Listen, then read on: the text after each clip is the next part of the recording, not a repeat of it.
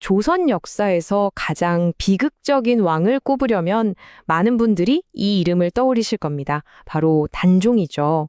오늘은 왕국을 잃어버릴 수밖에 없었던 한 소년 왕의 이야기를 한번 따라가 보려고 합니다. 네, 바로 12살입니다. 정말 어린 나이죠? 이 나이가 앞으로 이 소년 왕이 겪게 될 모든 비극의 시작점이었다고 할 수 있습니다. 자, 이게 바로 오늘 우리가 풀어봐야 할 가장 큰 질문입니다. 아니, 어떻게 한나라 역사상 가장 완벽한 정통성을 가진 후계자가 자기 친숙부한테 목숨을 구걸하는 상황까지 가게 되는 걸까요? 정말 권력, 가족, 그리고 배신이 아주 복잡하게 얽혀 있는데요. 그 이야기 속으로 지금부터 함께 들어가 보시죠. 이 비극을 제대로 이해하려면요, 먼저 단종의 시작이 얼마나 완벽했는지를 알아야 합니다. 정말 그야말로 흠잡을 데가 없었어요. 누구도 그의 왕위 계승에 대해 토를 달 수가 없었죠. 단종의 정통성은요, 진짜 철옹성 그 자체였습니다. 할아버지인 세종대왕이 어린 손자를 이렇게 등에 업고 다닐 정도로 정말 지극히 아꼈다고 해요. 생각해보세요. 현재 왕인 세종의 손자, 그리고 왕세자인 문종의 맏아들, 조선 역사상 최초로 할아버지에서 아버지, 그리고 맏아들로 이어지는 가장 이상적인 적장자 계승의 주인공이었던 겁니다. 모든 게 정말 탄탄대로처럼 보였죠. 하지만 그 완벽했던 세상은 정말 한순간에 무너지기 시작합니다. 어린 단종을 굳건히 지켜주던 그 울타리가 하나씩 또 하나씩 허물어지기 시작한 거죠. 이 시간 순서를 보시면 정말 비극이 쉴 틈 없이 닥쳐옵니다. 태어나자마자 어머니를 잃었고요. 얼마 안 가 할머니, 소원왕후도 세상을 떠나셨죠. 그리고 정말 결정적으로 단종이 딱 12살이 되던 해에 아버지 문종이 왕위에 오른 지 고작 2년 만에 돌아가시고 맙니다. 순식간에 이 넓은 궁궐 안에서 어린 왕을 지켜줄 왕실 어른이 단 한 명도 남지 않게 된 거예요. 물론 아버지 문종도 자신의 죽음을 예감하고 있었어요. 그래서 공식적인 보호장치를 마련해 뒀습니다. 바로 고명대신이라는 제도인데요. 임종을 앞두고 태종 때부터 무려 4명의 왕을 섬긴 원로 대신 김종서 같은 사람들을 불러서 부디대 어린 아들을 잘 부탁한다고 유언을 남긴 거죠. 그러니까 이들이 어린 왕의 공식적인 보호자들이었던 셈입니다. 하지만 이 공식적인 보호막 바로 바깥에서 또 다른 야심이 조용히 꿈틀대고 있었습니다.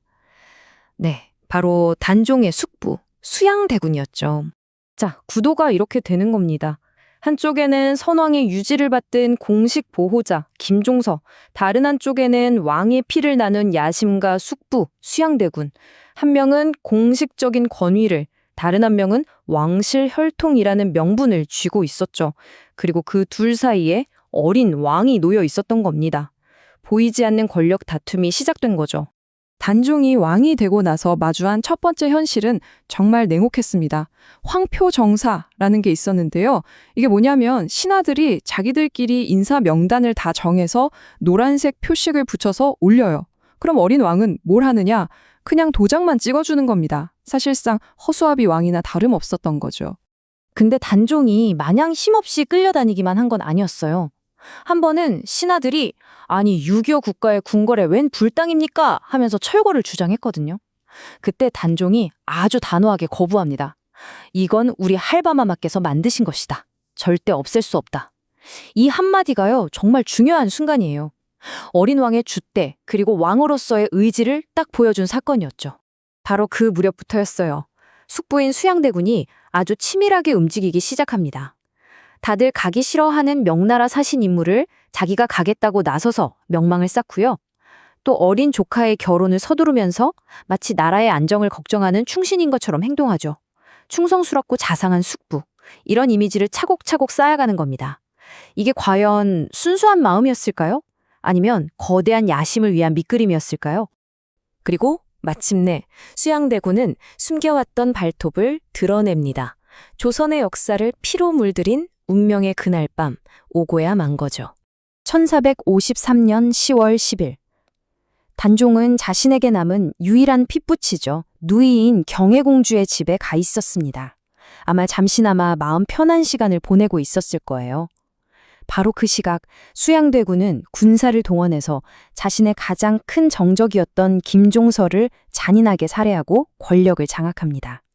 역사에 피로 기록된 개유정난이 시작된 겁니다. 쿠데타의 칼날은 이제 곧바로 왕을 향했습니다. 수양대군은 피 묻은 칼을 찬 채로 경혜공주의 집으로 쳐들어가요. 그리고 겁에 질려 떨고 있는 어린 조카에게 자신이 죽인 사람들의 명단을 들이밀면서 이 역적들을 처단했다는 교서에 옥새를 찍으라고 협박합니다. 이 끔찍한 상황에서 12살 소년 왕이 할 수 있는 말은 딱 한마디뿐이었습니다. 숙부, 살려주시오. 정말 그의 무력함을 이보다 더 처절하게 보여주는 말은 없겠죠? 쿠데타 이후 단중은 사실상 허수아비 왕으로 전락하고 말았습니다. 하지만 그는 완전히 포기하지 않았어요. 이 서슬퍼른 칼날 앞에서 그는 마지막 지략 싸움을 시작합니다. 수양대군은 쿠데타를 성공시키자마자 영의정을 포함한 모든 핵심 관직을 자기가 다 차지해버립니다. 왕자가 이렇게까지 하는 건 전례가 없는 일이었어요. 말 그대로 나라의 모든 권력을 자기 손에 쥔 거죠. 이제 단종의 손발은 완전히 묶여버렸습니다. 심지어 단종의 결혼까지 자기 마음대로 주무릅니다. 자신의 아주 가까운 친구의 딸을 왕비로 앉혀버린 거예요. 왜 그랬을까요? 왕의 가장 가까운 자리마저 자기 사람으로 채워서 다른 어떤 세력도 끼어들 틈을 주지 않으려 했던 거죠. 바로 이때였습니다. 이 절망적인 상황에서 단종이 정말 영리한 마지막 한 수를 둡니다. 수양대군의 공을 칭찬하는 공식적인 문서에다가요, 아주 의미심장한 역사적 인물 한 명을 슬쩍 언급한 겁니다. 단종이 언급한 이 주공이라는 인물이 바로 이 승부수의 핵심입니다. 주공이 누구냐면요, 고대 중국에서 어린 조카 왕을 대신해서 반란을 진압하고 7년 동안 나라를 다스렸던 사람이에요. 그런데 중요한 건 그 다음입니다. 조카가 어른이 되자 아무 미련 없이 모든 권력을 조카에게 돌려주고 물러난 충신의 대명사 같은 인물이죠. 그러니까 단종은 수양대군을 주공에 빗대면서 사람들 앞에서 공개적으로 말한 거예요. 순고님, 저를 지켜주십시오. 하지만 주공처럼 때가 되면 제게 모든 것을 돌려주고 물러나 주십시오. 이건 애원이면서 동시에 아주 강력한 경고였던 겁니다. 정말 똑똑한 한 수였죠. 하지만 이 날카로운 지략도 거대한 역사의 흐름을 바꾸기엔 역부족이었습니다. 단종의 시간은 이제 비극적인 결말을 향해 빠르게 흘러가고 있었습니다. 결국 수양대군은 가장 잔인하고 비열한 수를 둡니다. 단종에게 마지막으로 남은 버팀목이었던 유모나 외삼촌, 이런 사람들을 역모로 몰아버린 거예요. 더 이상 자기 때문에 사람들이 죽어나가는 걸 볼 수 없었던 단종은 그들을 살려주는 조건으로 모든 걸 내려놓기로 결심합니다. 이건 단순히 숙부의 협박에 굴복한 게 아니었어요. 자신의 사람들을 지키기 위한 한 소년 왕의 마지막, 그리고 가장 필사적인 희생이었던 거죠. 우리는 보통 단종의 이야기를 숙부에게 왕위를 빼앗긴 무력한 소년왕의 비극으로만 기억하곤 합니다.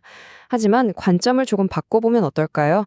그의 마지막 선택을 단순히 실패가 아니라 자기 사람들을 지키기 위한 가장 용기 있는 희생으로 말입니다. 단종의 짧았던 삶은 오늘날 우리에게도 권력이란 무엇인지, 그리고 인간의 도리는 무엇인지에 대해 아주 묵직한 질문을 던지고 있습니다.